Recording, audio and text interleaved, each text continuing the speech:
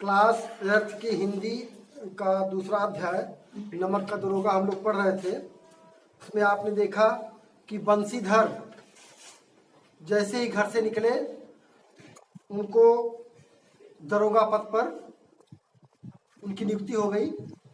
और आप जानते हैं कि उस समय उस पद के लिए बड़ी खींचातानी चल रही थी। लोग हर विभाग से अपनी नौकरियों को छोड़कर उस विभाग को पाना चाहते थे, क्योंकि उस विभाग में ऊपरी आमदनी ज़्यादा थी। अब आगे देखिए क्या होता है। क्या बंसीधर भी उन्हीं लोगों जैसे थे या ये अलग क्वालिटी के थे? जाड़े के दिन थे और रात का समय था। मुंशी बंसीधर को यहाँ आए अभी 6 महीनों से अधिक ना हुए थे। यानी बंसीधर जो है 6 महीने यहाँ हो गए थे उनको नौकरी करते हुए इस दरोगा पद पर। लेकिन इस थोड़े समय में उन्होंने अपनी कार्य कुशलता और उत्तम आचार से अफसरों का मन मोहित कर लिया था। यानी अफसरों को अपनी ओर कर लिए थे। उनके कर्तव्य निष्ठा को देखकर, उनकी कार्य कुशलता को देखकर अफसर उनसे बड़े खुश रहते थे। अफसर लोग उन पर बहुत विश्वास करने लगे थे। अधिकारी लोग उन पर बहुत विश्वास करते थे कि यह जो है बहुत ही कर्तव्य निष्ठ व्यक्ति हैं, कार्य कुशल व्यक्ति हैं। नमक के दफ्तर से 1 मील पूर्व की ओर जमुना बहती थी, जमुना नदी। उस पर नावों का एक पुल बना हुआ था। दरोगा जी किवाड़ बंद किए मीठी नींद सो रहे थे, यही बंसीधर जी। अचानक आँख खुली तो नदी के प्रवाह की जगह गाड़ियों की खड़खड़ाहट तथा मल्लाहों का कोलाहल सुनाई दिया। मतलब जब उनकी नींद खुली तो रात में नदी की आवाज़ ही आती थी। नदी बहती है तो आवाज़ करती है, उसकी पानी की आवाज़ आती है। लेकिन उस रात उनको उसकी जगह पर गाड़ियों की खड़खड़ाहट की आवाज़ आई और मल्लाहों की कोलाहल सुनाई दिए। उठ बैठे, इतना सुनते ही वह उठ बैठे। इतनी रात गए गाड़ियाँ क्यों नदी पार जाती हैं? कुछ ना कुछ अवश्य गोलमाल है। तर्क ने भ्रम को पुष्ट किया। यानी यह तर्क उनके अंदर जो आया उनके भ्रम की पुष्टि हुई। यानी जो उनके अंदर भ्रम आया उस भ्रम को जो है और बल मिला। वर्दी पहनी, तमंचा जेब में रखा और बात ही बात में घोड़ा बढ़ाए हुए पुल की ओर आ पहुंचे कि देखिए क्या बात है, कहाँ इतनी गाड़ियां जा रही इतनी रात को। गाड़ियों की एक लंबी कतार पुल के पार जाती देखी। डॉट कर पूछा किसकी गाड़ियां हैं? उन गाड़ियों से पूछा, गाड़ी वालों से, कि किसकी गाड़ियां हैं। थोड़ी देर तक सन्नाटा रहा। आदमियों में कुछ कानाफूसी हुई। तब आगे वाले ने कहा, पंडित आलोपी दीन की। ये गाड़ियां किसकी हैं? पंडित आलोपी दीन की। कौन पंडित आलोपी दीन? दरोगा जी ने पूछा, कौन पंडित, कौन आलोपी दीन? तो उन्होंने बताया, दातागंज के मुंशी बंसीधर चौके। पंडित आलोपी दीन इस इलाके के सबसे प्रतिष्ठित जमींदार थे। कोई जो है छोटे मोटे व्यक्ति नहीं थे। लाखों रुपए का लेन देन किया करते थे। इधर छोटे से बड़े कौन ऐसे थे जो उनके ऋणी ना हो, मतलब जो उनसे कर्ज ना लिया हो। व्यापार भी लंबा चौड़ा था। बड़े चलते पुर्जे आदमी थे। यानी उनकी गाड़ियों को रोकना समझ लीजिए बहुत हिम्मत का काम था।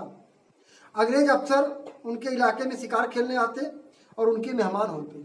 जो भी अंग्रेज अफसर उनके इलाके में शिकार खेलने आते उनके यहाँ उनकी मेहमान नवाजी की जाती थी। वर्षों माह सदाव्रत चलता रहता था। 12 मास सदाव्रत चलता रहता था। मुंशी जी ने पूछा, गाड़ियाँ कहाँ जाएंगी? उत्तर मिला, कानपुर। लेकिन इस प्रश्न पर कि इसमें क्या है, सन्नाटा छा गया। उन्होंने पूछा, इसमें है क्या? कानपुर जाएंगी, इसमें क्या है? दरोगा साहब का संदेह और भी बढ़ा। शक बढ़ गया। ये लोग बोल नहीं रहे हैं, इसका मतलब कुछ अंदर ऐसी चीज छुपी है जो कानूनी तौर पर सही नहीं है। कुछ देर तक उत्तर की बाट देखकर वे जोर से बोले, क्या तुम सब गूंगे हो गए हो? हम पूछते इसमें क्या लदा है, यानी इस गाड़ियों में क्या लदा है, बताओ हमको। जब इस बार भी कोई उत्तर न मिला तो उन्होंने घोड़े को एक गाड़ी के मिलाकर बोरे को टटोला। एक गाड़ी से मिलाकर यानी घोड़े को एक गाड़ी के पास ले जाकर बोरे को टटोला। भ्रम दूर हो गया। वो नमक के ढेले थे। इन सारे बोरों में नमक भरे हुए थे। पंडित आलोपी दीन अपने सजीले रथ पर सवार कुछ सोते कुछ जागते चले आते थे। अचानक कई गाड़ी वालों ने घबराए हुए आकर जगाया और बोले, महाराज दरोगा ने गाड़ियां रोक दी हैं और घाट पर आपको बुलाते हैं। मतलब आपकी गाड़ियां रोक दी गई हैं आगे। चलिए घाट पर आपको बुला रहे हैं। पंडित आलोपी दीन का लक्ष्मी जी पर अखंड विश्वास था। वे कहा करते थे कि संसार का तो कहना ही क्या, स्वर्ग में भी लक्ष्मी जी का ही राज्य है। लक्ष्मी जी मतलब धन दौलत। उनका यह कहना यथार्थ ही था और उनकी यह बात सत्य भी थी। न्याय और नीति सब लक्ष्मी जी के ही खिलौने हैं, यानी सब कानून न्याय सब लक्ष्मी जी खिलौने हैं। वह इन्हें जैसे चाहती हैं न चाहती हैं। लेटे लेटे ही गर्व से बोले, चलो हम आते हैं, क्या दिक्कत है, लक्ष्मी जी है, कोई भी जो है दबेगा, सब आएंगे अपने उसमें रास्ते पर, सब आ जाएंगे, चलो चलते हैं। यह कहकर पंडित जी ने बड़ी निश्चिंतता से पान के बीड़े लगाकर खाए। फिर लिहाफ ओढ़े हुए दरोगा जी के पास आकर बोले, बाबूजी नमस्कार, कहिए हमसे ऐसा कौन सा अपराध हुआ है कि गाड़ियां रोक दी गई, यानी हमसे कौन सी गलती हो गई कि आपने मेरी गाड़ियों को रोक दिया। हम ब्राह्मणों पर तो आपकी कृपा दृष्टि रहनी चाहिए, हम लोग ब्राह्मण हैं, आप लोगों की कृपा दृष्टि हम पर रहनी चाहिए। वंशीधर रुखाई से बोले, सरकारी हुक्म है। पंडित आलोपी दीन ने हंसकर कहा, हम सरकारी हुक्म को नहीं जानते और ना सरकार को जानते, हमारी सरकार तो आप है। हमारा और आपका तो घर का मामला है, हम कभी अपने से आपसे बाहर हो सकते हैं। आपने व्यर्थ का कष्ट उठाया, यह हो ही नहीं सकता कि इधर से जाएं और इस घाट के देवता को भेंट न चढ़ाएं। मतलब अगर हम इधर से गुजरे और आपके पास आकर के भेंट न चढ़ाए, ये हो ही नहीं सकता। मैं तो आपकी सेवा में स्वयं ही आ रहा था। वंशीधर पर ऐश्वर्य की मोहनी वंशी का कुछ प्रभाव नहीं पड़ा। मतलब जो उन्होंने बात कही, जो लालच देना चाहा, उसका वंशीधर पर कोई प्रभाव नहीं पड़ा।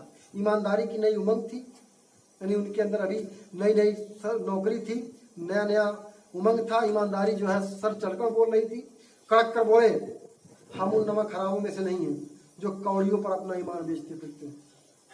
आप इस समय हिरासत में हैं, आपका कायदे के अनुसार चालान होगा, बस मुझे अधिक बातों की फुर्सत नहीं है।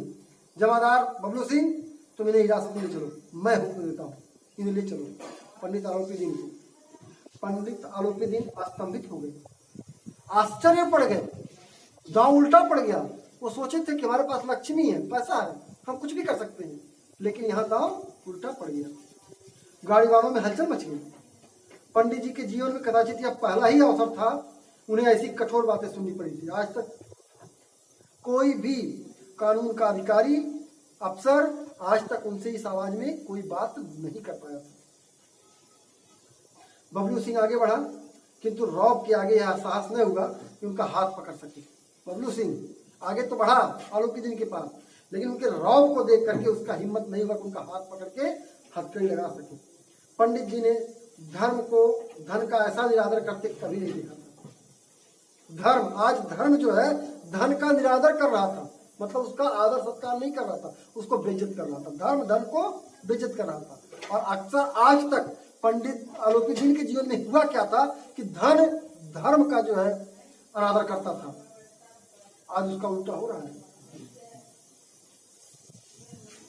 विचार किया कि अभी यह उदंड लड़का है, माया मोह के जाल में भी नहीं पड़ा है, अल्लड़ है, झिझकता है। उन्होंने सोचा हो सकता है नया लड़का हो, अभी इसके अंदर झिझक हो, इसको थोड़ा और जो है भाव दिया जाए तो हो सकता हो यह भी मान जाए। आगे देखिए, बहुत दिन भाव से बोले, बाबू साहब ऐसा ना कीजिए, हम मिट जाएंगे। अगर हमको आप जो है घसीट को हथकड़ी लगा के ले जाएंगे तो हमारी बहुत ही मतलब इज्जत चली जाएगी, हमारी बहुत बड़ी बेइज्जती हो जाएगी, हम मिट जाएंगे, इज्जत धूल मिल जाएगी। हमारा अपमान करने से आपके हाथ क्या आएगा? हम किसी तरह आपसे बाहर थोड़े ही हैं, हमारा अपमान ना करिए, आपका हमसे बहुत फायदा ही होगा। बंशीधर ने कठोर स्वर में कहा, हम ऐसी बातें नहीं सुनना चाहते। तेज आवाज में कड़क कर। आलोपी दीन ने जिस सहारे को चट्टान समझ रखा था वह पैरों के नीचे से खिसकता हुआ मालूम पड़ रहा था। सहारा का मतलब यही हुआ कि जिस धन को वह चट्टान समझते थे वह आज चट्टान उनके पैरों के नीचे से खिसक रहा था। स्वाभिमान और धन ऐश्वर्य की कड़ी चोट लगी, किंतु पंडित जी को अभी तक धन की शक्ति पर पूरा भरोसा था। अब भी अपने मुख्तार से बोले, लाला जी 1000 के नोट बाबू साहब को भेंट करो, 1000 रुपए दो। आप इस समय भूखे सिंह हो रहे हैं। जो शेर भूखा होता है उसको ज्यादा ही भोजन की आवश्यकता होती है, उसी तरह इनको 1000 का नोट दो। तो आप देखेंगे क्या आलोक बंसीधर उस 1,000 रुपए को स्वीकार करते हैं। ये उस जमाने की बात है जब 1 पैसे बहुत महत्वपूर्ण हुआ करते थे और 1,000 की तो बात ही छोड़िए। तो उस समय की बात चल रही है, 1,000 उस समय बहुत मायने रखते थे, बहुत बड़ी रकम होती थी। इतना जो है उनको मिल रहा था, समझ लीजिए घूस। लेकिन क्या उन्होंने इस ऑफर को स्वीकार किया, क्या उन्होंने ग्रहण किया, ये आप लोग कल के अगले वीडियो में देखेंगे। आज की वीडियो बस इतना ही।